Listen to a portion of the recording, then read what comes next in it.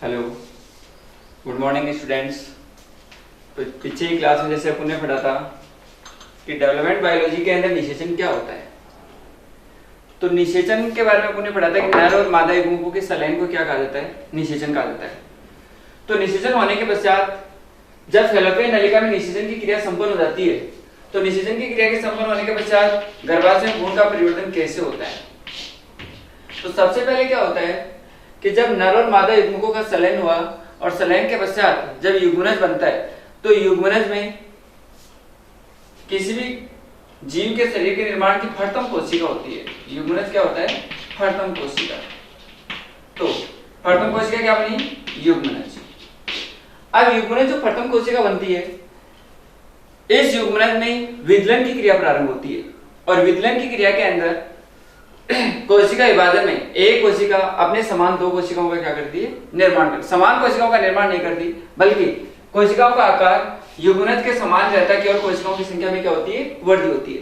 तो कोशिकाओं की संख्या में वृद्धि होती है, लेकिन युग्मनज के आकार में किसी प्रकार का कोई परिवर्तन नहीं होता। और इस कोशिका विभाजन में जब 8 से 16 या 32 कोशिकीय संरचना का निर्माण हो जाता है, तो उसको कहा जाता है तूतक या मोरुला।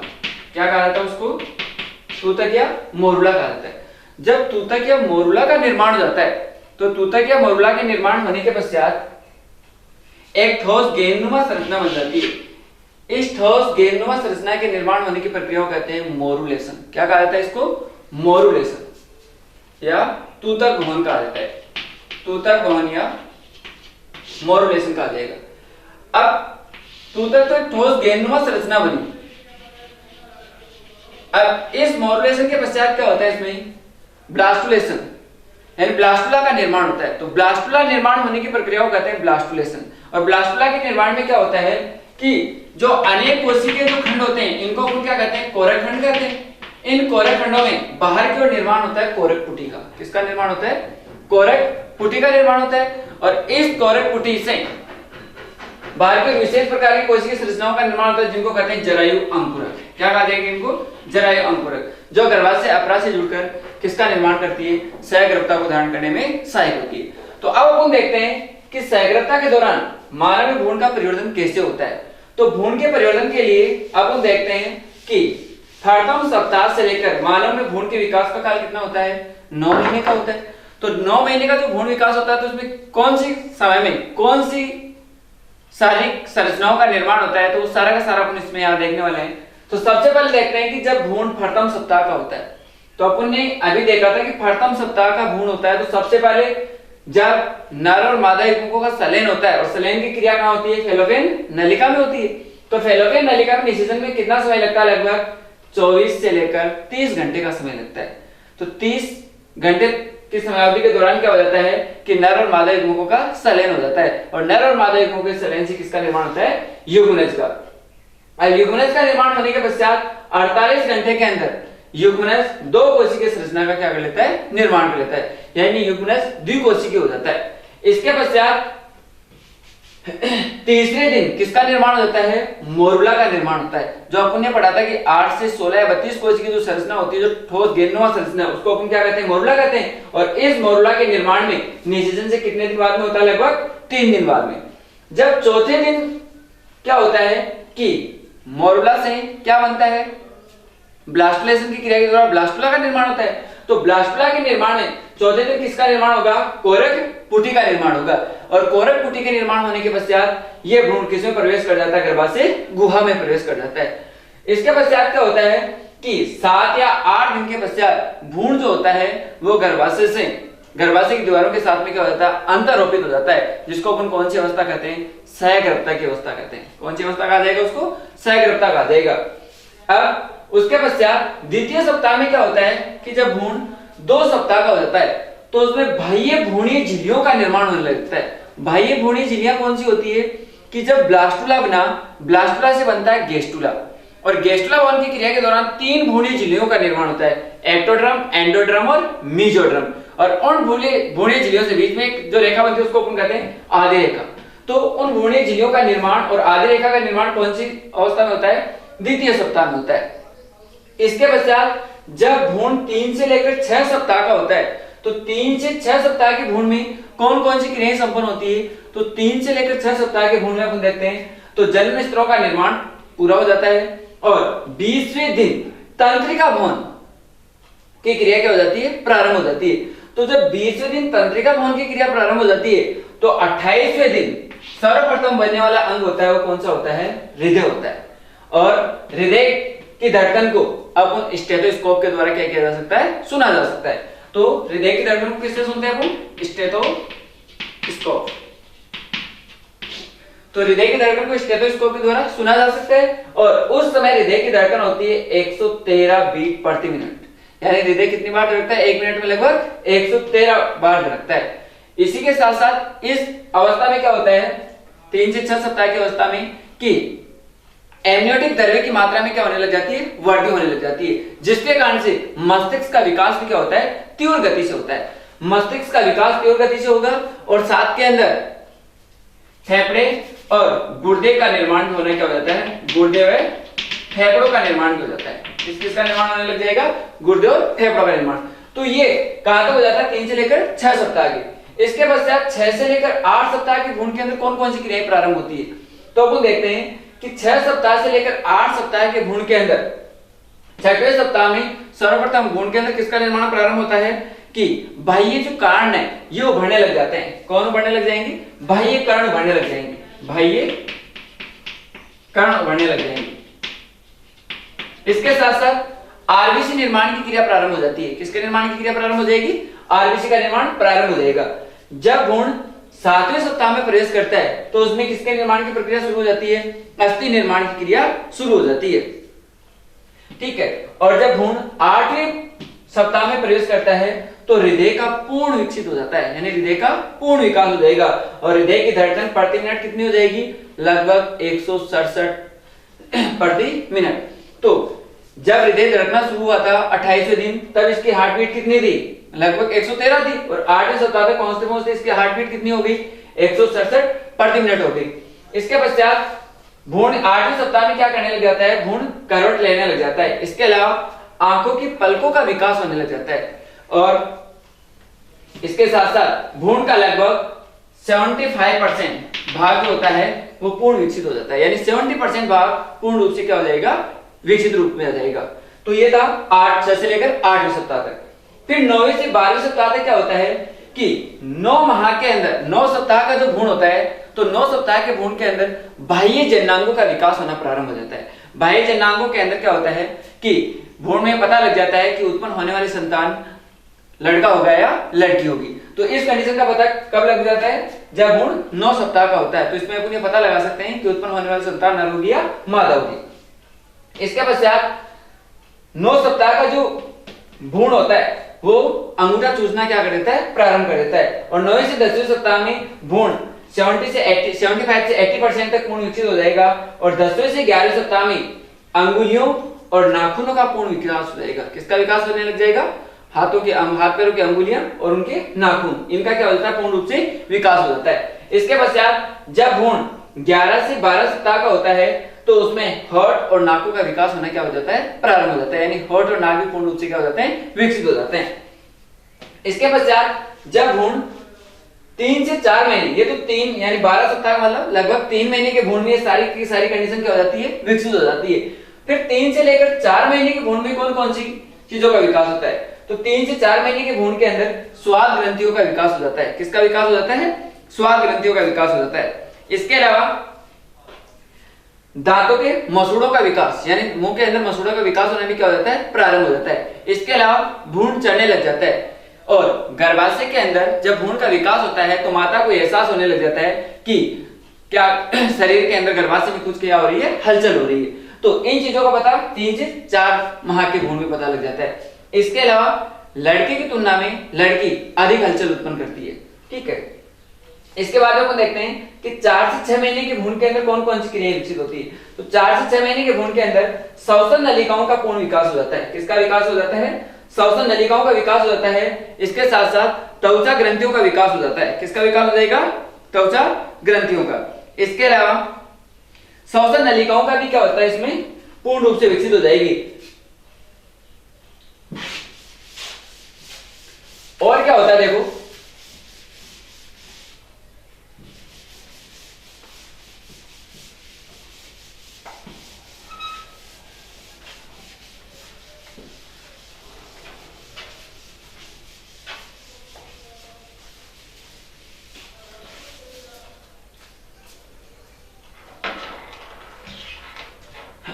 जब भ्रूण 4 से 6 महीने का होता है तो इसकी त्वचा के ऊपर एक सफेद द्रव्य का आवरण से ढक जाता है, जिसको अपन वर्निक्स कहते हैं। क्या कहते हैं उसको?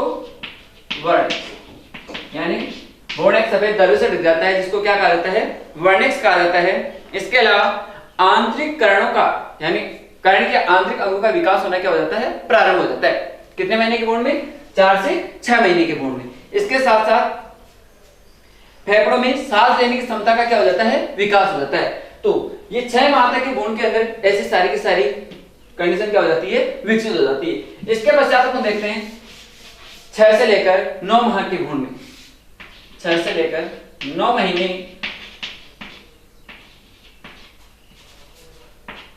भ्रूण में कौन सी कंडीशन विकसित होती है? तो जब भ्रूण 6 माह का हो जाता है तो उसके शरीर के ऊपर हल्के रोम आने प्रारंभ हो जाते हैं, आंखों की पलकों की बोरोनियां निकल आती है। ठीक है।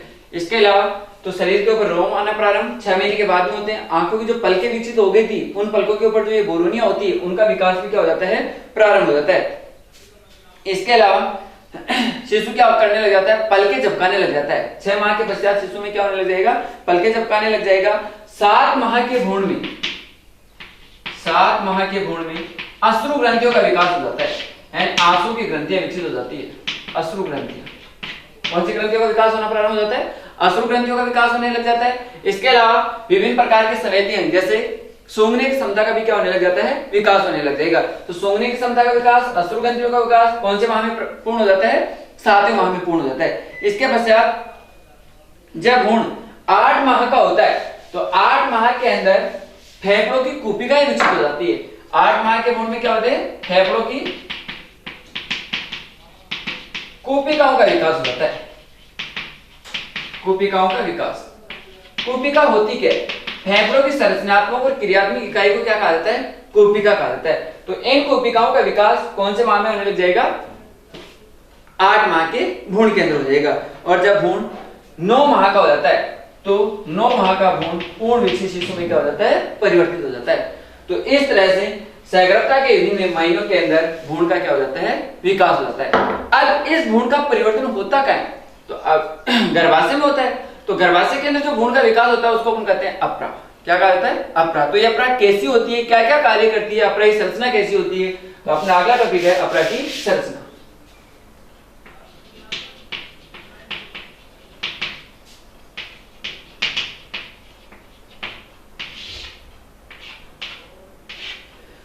तो देखते हैं कैसे बनती है गर्भाशय अपरा।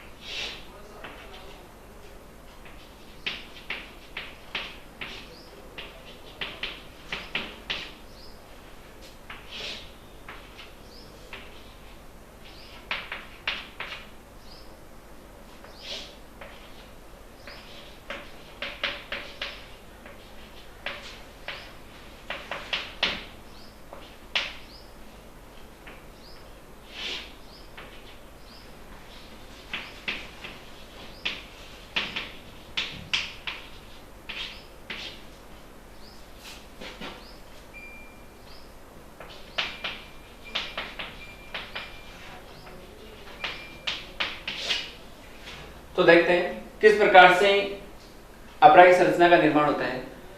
तो जब भ्रूण 7 या 8 दिन का होता है तो उस समय जब भ्रूण किसमें प्रवेश कर जाता है, गर्भाशय गुहा में प्रवेश कर जाता है। गुहा में प्रवेश करने के पश्चात यहाँ क्या होता है कि जो भ्रूण की जो कोरक कुटी थी, इस कोरक कुटी से बाहर की ओर, जिसको हम पोष कोरक भी कहते हैं, इस पोष कोरक के बाहर की ओर अंगुली समान सूक्ष्म संरचनाओं का निर्माण होता है। इन अंगुली समान सूक्ष्म संरचनाओं को क्या कहा जाता है, जरायु अंकुरक कहा जाता है।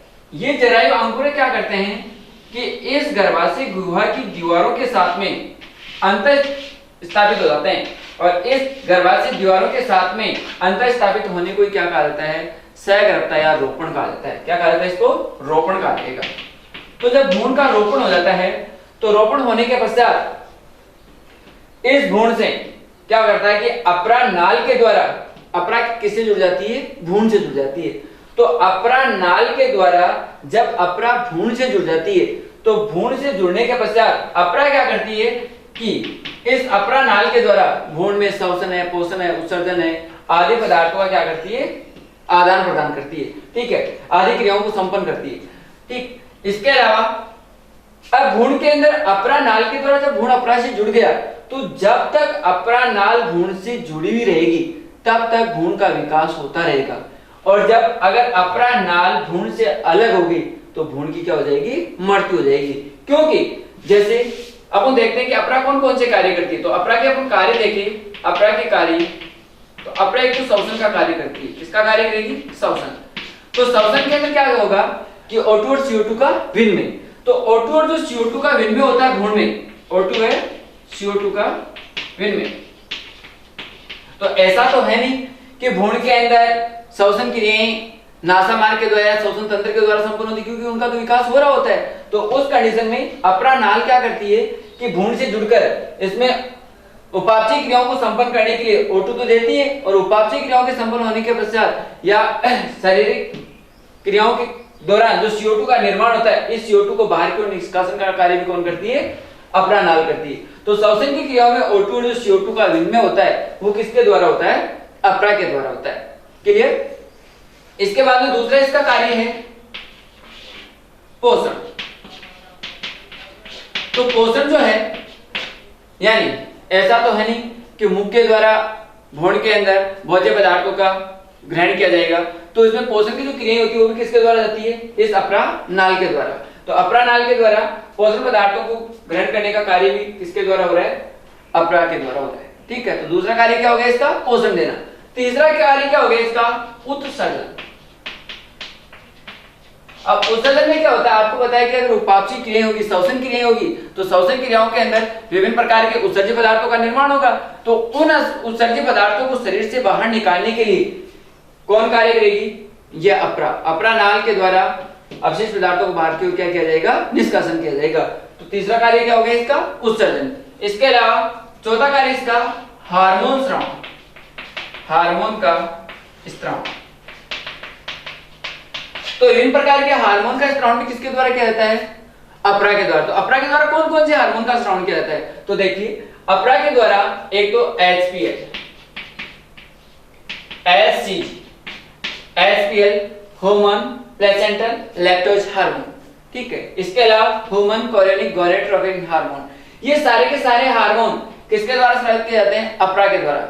इसके अलावा अपरा एस्ट्रोजन और प्रोजेस्टेरोन हार्मोन का स्राव भी करती है। जो प्रोजेस्टेरोन जो हार्मोन होता है वो सहगर्भता को बनाए रखने में क्या होता है, सहायक होता है। इसके अलावा जब गर्भकाल पूर्ण हो जाता है तो अपरा के द्वारा रिलैक्सेस हार्मोन का स्राव किया जाता है। कौन से हार्मोन का, रिलैक्सेस हार्मोन का। और ये रिलैक्सेस हार्मोन क्या करता है, अपरा को गर्भाशय से जब संकुचन प्रारंभ हो जाते हैं, भ्रूण पूर्ण विकसित हो जाता है, तो श्लेष्मा फलक के द्वारा जनन नाल के रूप में जनन नाल को चिकनाई प्रदान करने का कार्य करता है। कौन सा हार्मोन, रिलैक्सेस हार्मोन।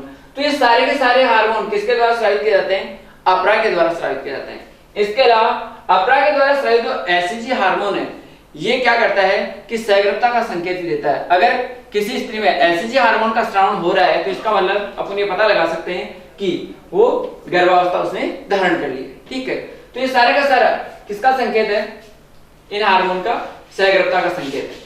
तो ये भी अपरा की संरचना और उसके कार्य। इसके बाद आपको देखते हैं इसका नेक्स्ट टॉपिक प्रसव क्रिया और दूध स्राव। तो प्रसव क्रिया क्या होती है और दूध स्राव की क्रिया कैसे संपन्न होती है।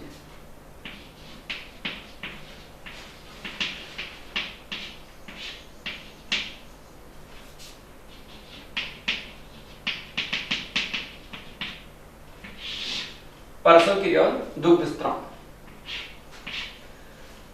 प्रसव क्रिया युग्मनज से लेकर पूर्ण विकसित जब भ्रूण का विकास हो जाता है, तो युग्मनज निर्माण से लेकर जब भ्रूण का पूर्ण विकास हो जाता है, तो इस समयावधि में लगभग या 9 महीने या यूं कह सकते हैं कि 38 सप्ताह है, या यूं कह सकते हैं कि लगभग 266 से 270 दिन का समय लगता है। ठीक है, तो युग्मनज से पूर्ण विकसित शिशु के निर्माण होने में लगभग 9 महीना कह दो, 38 सप्ताह कह दो, या लगभग 266 या 270 दिन कह दो।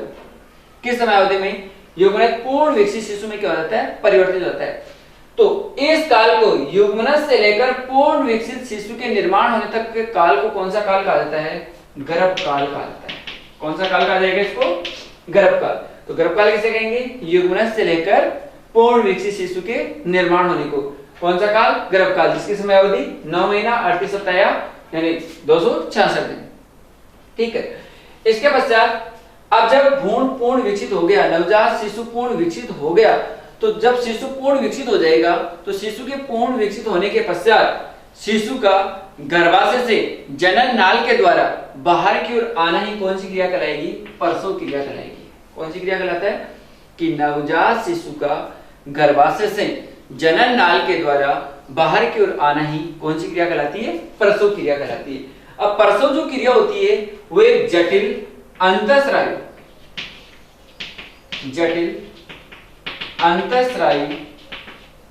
तंत्र क्रिया होती है। तो प्रसव क्रिया एक जटिल अंतःस्रावी तंत्र क्रिया विधि कैसे है, क्योंकि प्रसव क्रिया कैसे संपन्न होती है कि जब गर्भाशय में भ्रूण पूर्ण विकसित हो जाता है, तो अपरा जो क्या करती है कि गर्भाशय दीवारों के साथ में एक हल्के गर्भाशय संकुचन प्रारंभ होता है। गर्भाशय संकुचन, जब हल्के गर्भाशय संकुचन प्रारंभ होते हैं, तो पीयूष ग्रंथि के द्वारा एक हार्मोन का स्राव किया जाता है, जिसको कहते हैं ऑक्सीटोसिन हार्मोन। Oxytocin hormone. इस ऑक्सीटोसिन हार्मोन का स्राव होने से गर्भाशय संकुचन क्या हो जाते हैं, तीव्र हो जाते हैं। अब जब गर्भाशय संकुचन तीव्र हो जाते हैं, तो फिर अपरा के द्वारा कौन से हार्मोन का स्राव किया जाता है, रिलैक्सिस हार्मोन का स्राव किया जाता है। तो रिलैक्सिस हार्मोन का स्राव होने से जनन नाल क्या प्रदान करता है, उसको चिकनाई प्रदान करता है रिलैक्सिस हार्मोन। तो जनन नाल चिकनी हो जाती है और ऑक्सीटोसिन हार्मोन गर्भाशय संकुचनों को तीव्र कर देता है। तो भ्रूण क्या करता है, जो नवजात शिशु में परिवर्तित हुआ भ्रूण, वो वहां से गर्भाशय से अपने स्थान को छोड़कर जनन नाल के द्वारा बाहर की ओर आ जाता है। तो उसको कौन सी क्रिया कहा जाता है, प्रसव क्रिया। दूसरे इसमें है दुग्ध स्राव। तो देखो दुग्ध स्राव में क्या होता है, दुग्ध स्राव के अंदर जब मादाओं में स्तन ग्रंथियों का विकास हो जाता है, तो स्तन ग्रंथियों के विकास होने के पश्चात जब सहगर्भता 5वें सप्ताह या 5वें से 8वें सप्ताह में प्रवेश कर जाती है, 5वें या 8वें सप्ताह में प्रवेश कर जाती है, तो उस कंडीशन में क्या होता है कि पीयूष ग्रंथि के 2 पार्ट आपने पढ़े होंगे, एक अग्र पीयूष ग्रंथि और एक पश्च पीयूष ग्रंथि। तो पीयूष ग्रंथि जो अग्र पीयूष ग्रंथि है, अग्र पीयूष ग्रंथि, ये अग्र पीयूष ग्रंथि क्या करती है, अग्र पीयूष ग्रंथि का कार्य होता है कि ये प्रोलैक्टिन हार्मोन का स्राव करती है। कौन से हार्मोन का, प्रोलैक्टिन।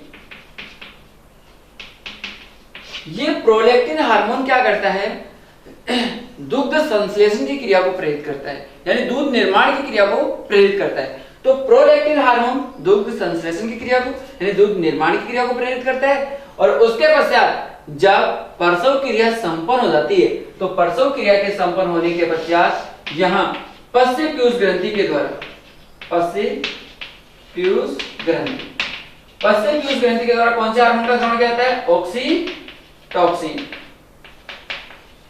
तो जब पश्च पीयूष ग्रंथि ऑक्सीटोसिन हार्मोन का स्राव करती है, तो ये ऑक्सीटोसिन हार्मोन क्या करता है कि दूध के निर्माण की क्रिया को, दूध स्त्रावण की क्रिया को प्रेरित करता है। हाँ सर, नमस्ते।